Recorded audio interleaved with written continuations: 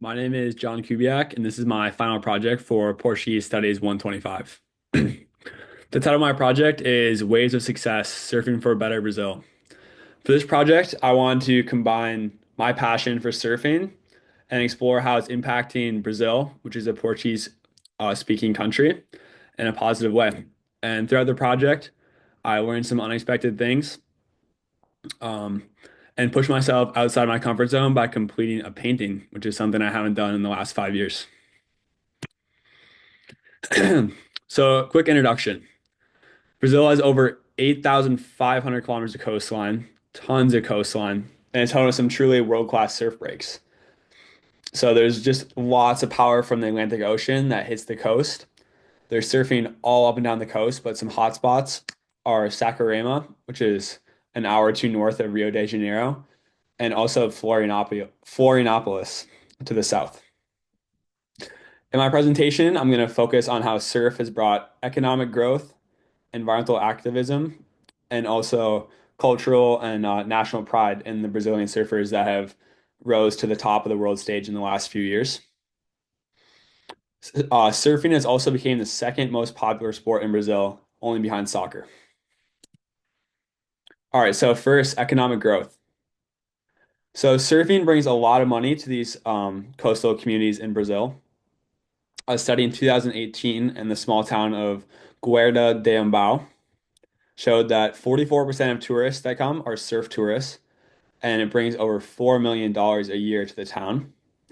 And they also found that surfers spent over two times as much money as other tourists. Another surfing hotspot, as I mentioned, is Saquarema, slightly north of the city of Rio de Janeiro.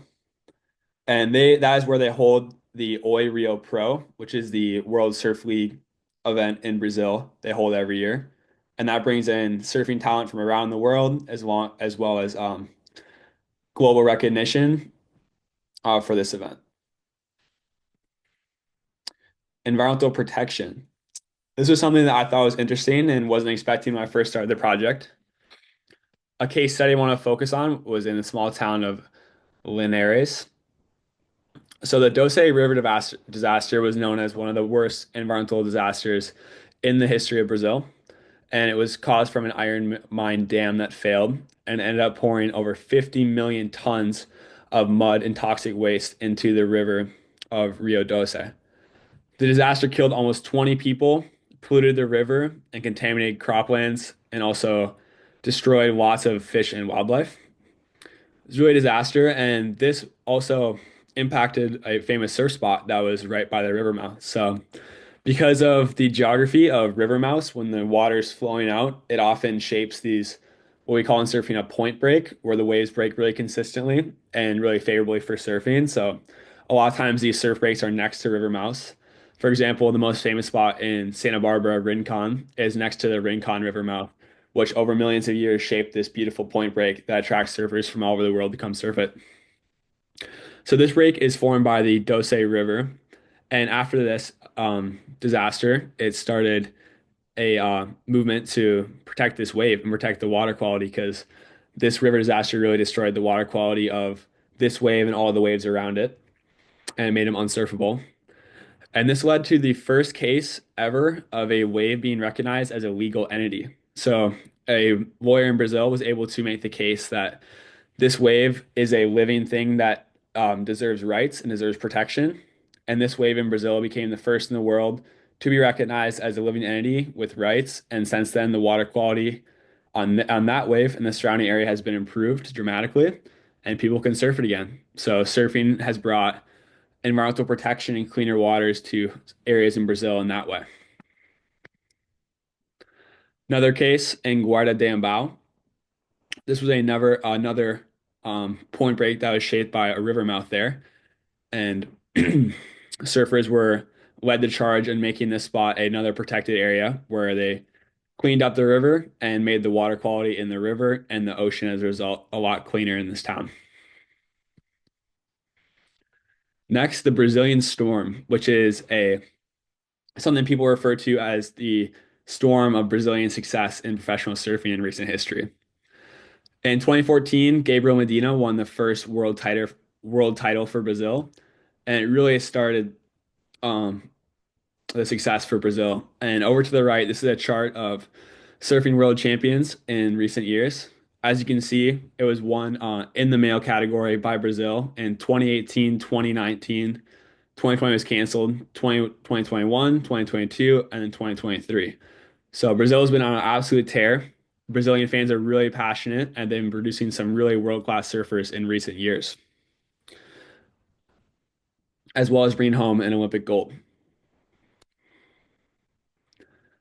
So this country of Brazil has been supporting surfing, and they've been partnering with universities there for training, sports medicine, and psychological support. And it's brought national pride and global recognition to Brazil. The people there are really proud. It's of the surfers there, and they're known as some of the most passionate fans in the sport. And when that event comes to Saquarema every year, the Brazilian fans really come out to support their surfers. Over here to our right is a pretty awesome picture from the Olympics. This is Gabriel Medina, who was a surfer, who won the first world title for Brazil. And this was him after a wave in Tiahupu at the 2024 Olympics, where he was on his way to win bronze. Cool. So for my painting, I wanted to push myself outside my comfort zone, do something artistic that I wouldn't typically do. So I decided I wanted to paint. And I decided to paint the wave of Saquarema. So Saquarema is where they hold the professional WSL Tour event every year.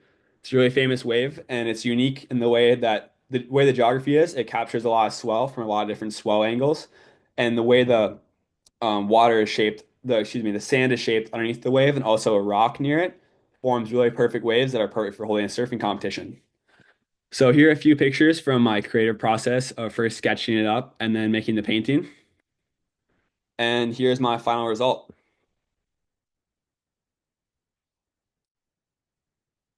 Taking this class and completing this project has also inspired me to go explore Brazil, and I'm pretty stoked that there's plans in the works to go surf Saquarema in Brazil over spring break. Here's my quick bibliography. And I just want to say thank you again, Pedro. I had a great quarter. I learned a lot. This is a class that, as an engineer, is definitely not related to my major. It was kind of an unexpected class to take. I kind of just chose it last minute, but I was really happy with how it turned out. I learned a lot, and it was really cool. I was able to incorporate my passions and also get out of my comfort zone with this final project and do something artistic that typically I wouldn't do. So thanks again for a great quarter, Pedro, and I hope I'll see you on campus. Thank you.